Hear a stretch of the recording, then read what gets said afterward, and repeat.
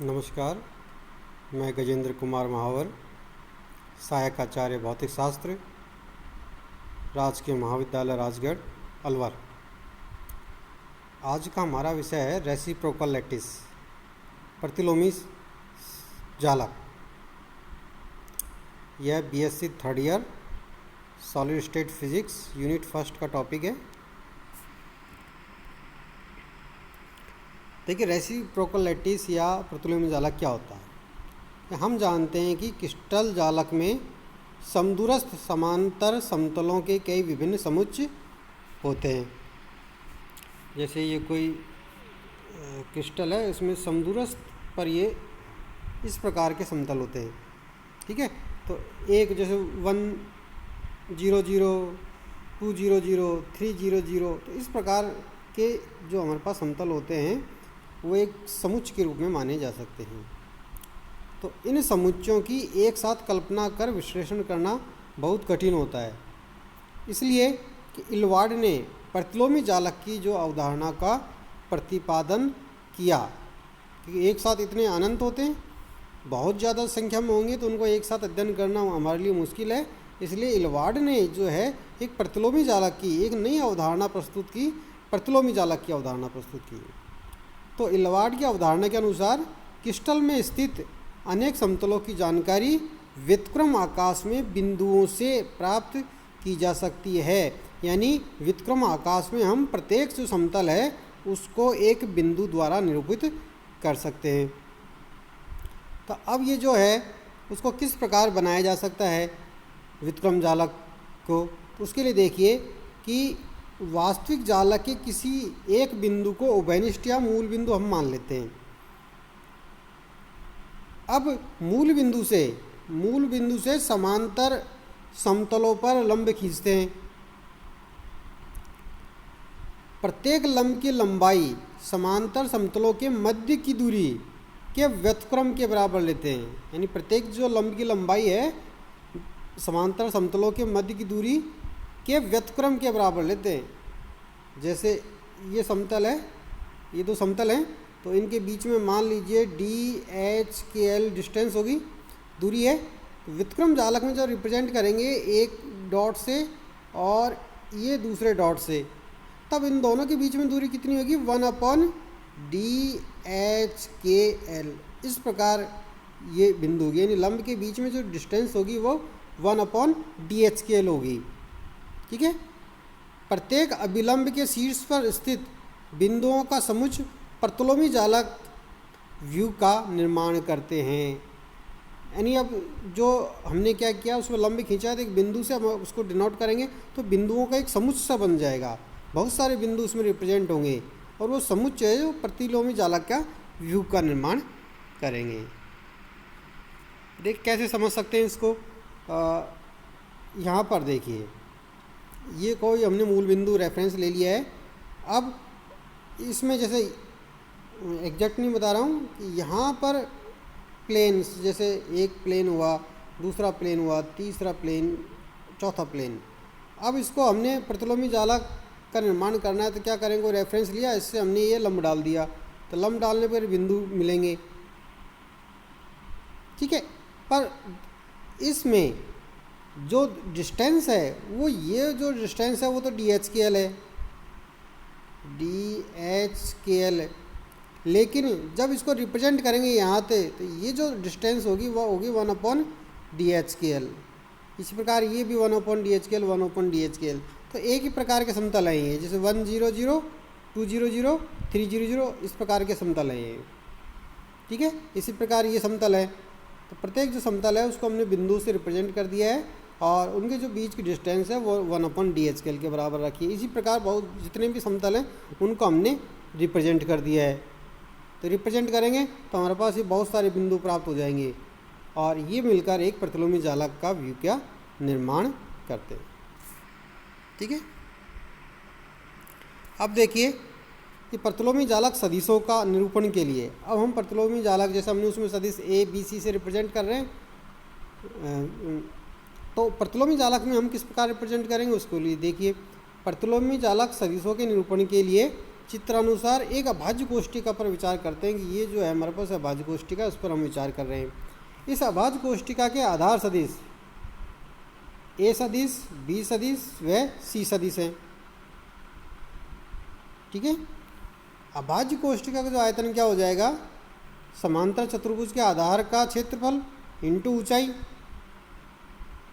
तो यानी v equal to क्या हो जाएगा, D100 डॉट ए सदिश। ठीक है, आधार है, अल्पांश कम लेंगे तो ये वेक्टर के फॉर्म में माना जा सकता है।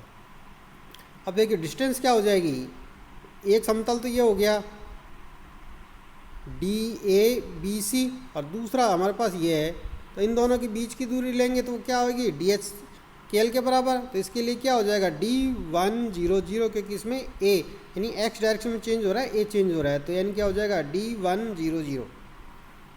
ठीक है, इसी प्रकार इन दोनों के बीच की लेंगे तो अलग हो जाएगा, इसी प्रकार इन दोनों के बीच की लेंगे तो अलग हो जाएगा। ठीक है, जहाँ D100 समांतर चतुर्भुज की ऊंचाई है तथा ए सदिश समांतर चतुर्भुज के सदिश बी व सी से बने आधार का क्षेत्रफल है। यानी ए जो है क्षेत्रफल उसकी डायरेक्शन ऊपर की ओर होगी, और ये किससे बनेगा क्षेत्रफल, इससे बी और सी से, यानी कितना हो जाएगा ए equal to B cross C. ठीक है, यदि एन कैप समतल के अभिलंब अर्थात ऊंचाई D100 के अनुदिश एकांक सदिश हो तो इसको वेक्टर रूप में अभिलंब की लंबाई का व्युत्क्रम किस प्रकार लिख सकते हैं, वो देखिए सिग्मा 100 1/D100 एन कैप। ठीक है, ये इसकी डायरेक्शन में D110 की डायरेक्शन में एकांक सदिश है। तो अब हम व्युत्क्रम लिख रहे हैं, तो व्युत्क्रम को हम किस प्रकार लिख पाएंगे, D100 equal to 1/D100 N cap. अब इसमें 1/D100 का मान यहाँ से रख दीजिए समीकरण नंबर 1 से, कितना हो जाएगा A/V। ठीक है, आधार का क्षेत्रफल हमारे पास कितना है, ए सदिश equal to B cross C, और आयतन कितना है, आयतन को जो हम रिप्रेजेंट करते हैं वो किस प्रकार रिप्रेजेंट करते हैं, V equal to A dot B cross C से, या B dot C cross A से, या C dot A cross B से। ये तीनों प्रकार भी जो है वॉल्यूम का मान देंगे तो किसी एक का यूज कर सकते हैं।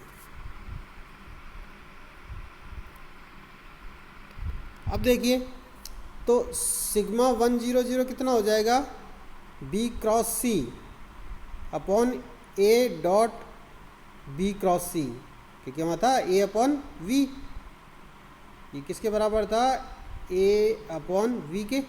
ठीक है, तो एरिया तो कितना होगा बी क्रॉस सी, और वॉल्यूम कितना होगा ए डॉट बी क्रॉस सी। ठीक है, तो ये इतना हो जाएगा। इसी प्रकार हम निकाल सकते हैं सिग्मा 010 कितना हो जाएगा, C cross A upon A dot B cross C. इसी प्रकार निकाल सकते हैं सिग्मा 001, ये कितना हो जाएगा 1/D001 N cap equal to A cross B upon A dot B cross सी।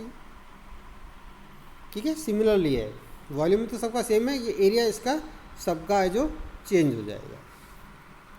ये जो तीनों सदिश हैं वो आकाशीय प्रतिलोमी जालक के अभाज्य कोष्ठिका के मूलभूत प्रतिलोमी सदिश कहलाते हैं, और हम इसको ए स्टार, बी स्टार और सी स्टार से इनको रिप्रेजेंट कर रहे हैं। तो ए स्टार कितना हो जाएगा, B cross C upon A dot B cross C. ठीक है, इसी प्रकार बी स्टार कितना हो जाएगा, C cross A upon A dot B cross C, और सी स्टार कितना हो जाएगा, A cross B upon A dot B cross C. यानी समीकरण 7 व 8 व 9 से प्रदर्शित तीनों जो सदिश हैं वो प्रतिलोमी जालक के मूल सदिश हैं। ये क्रिस्टल की संरचना के लिए परिभाषित है। यदि क्रिस्टल की आवर्ती संरचना के लिए परिभाषित करना हो तो इन सदिशों को 2π से गुणा कर देंगे। आवर्ती यानी एक के बाद एक आएंगे, तो आवर्ती रूप से अगर इनको रिप्रेजेंट करना हो तो हम इनको 2π से मल्टीप्लाई कर देंगे। तो किस प्रकार लिख सकते हैं, A star equal to 2π B cross C upon A dot B cross C. B star कितना हो जाएगा 2 pi C cross A upon A dot B cross C. C star कितना हो जाएगा 2 pi A cross B upon A dot B cross C. ठीक है, सिर्फ 2 पाई से इसको मल्टीप्लाई करना है। अगर आवर्ती फॉर्म में लिखना है तो 2 पाई से मल्टीप्लाई कर दीजिए, अदरवाइज 2 पाई से मल्टीप्लाई नहीं करना है। अब देखिए, चूंकि ए जो स्टार है, ए स्टार है सदिश बी व सी के लंबवत है, क्योंकि बी इधर था और सी इधर था और इसके लंबवत हमने ये जो था वो है ए स्टार आएगा। ठीक है, तो ये जो है दोनों के लंबवत है, इधर बी था इधर सी है और इधर ए स्टार है, तो दोनों के लंबवत है।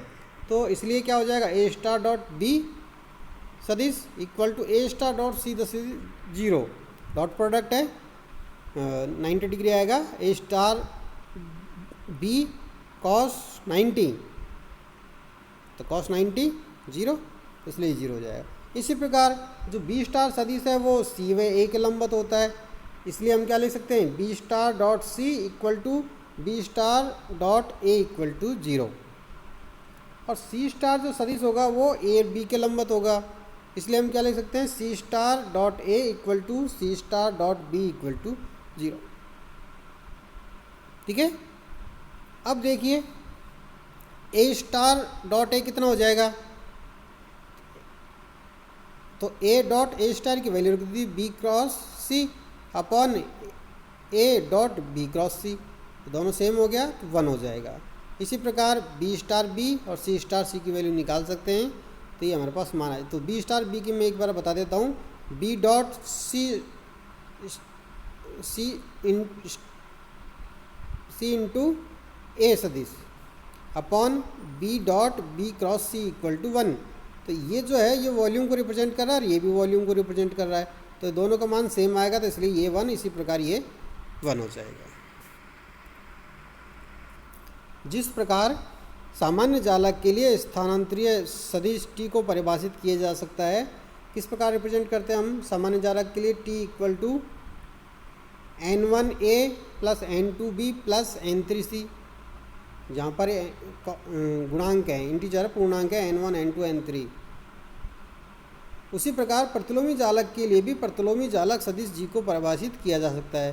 तो किस प्रकार परिभाषित करेंगे, G equal to 2 pi into, अब देखो bracket m1 A star plus m2 B star plus m3 C star, उसी प्रकार रिप्रेजेंट किया है। 2 पाई तो सिर्फ आवर्ती वाले को बता रहा है, रिप्रेजेंट कर रहा है। यहाँ भी ये भी इंटीजर होंगे। अब 12 व 13 का अदिश गुणनफल कर दीजिए, यानी जी डॉट टी क्या हो जाएगा 2 पाई, और यहाँ से करेंगे तो n1 m1 और ए स्टार ए कितना होगा 1। इसी प्रकार बी स्टार बी 1 और C star c equal to 1। तो हमारे पास ये इक्वेशन आ जाएगी 2 पाई bracket n1 m1 plus n2 m2 plus n3 m3, कितना हो जाएगा 2 pi summation I N I M I. ये भी क्या है पूर्णांक है, तो ये भी पूर्णांक आ जाएगा। ठीक है, इंटीजर है, पूर्णांक है।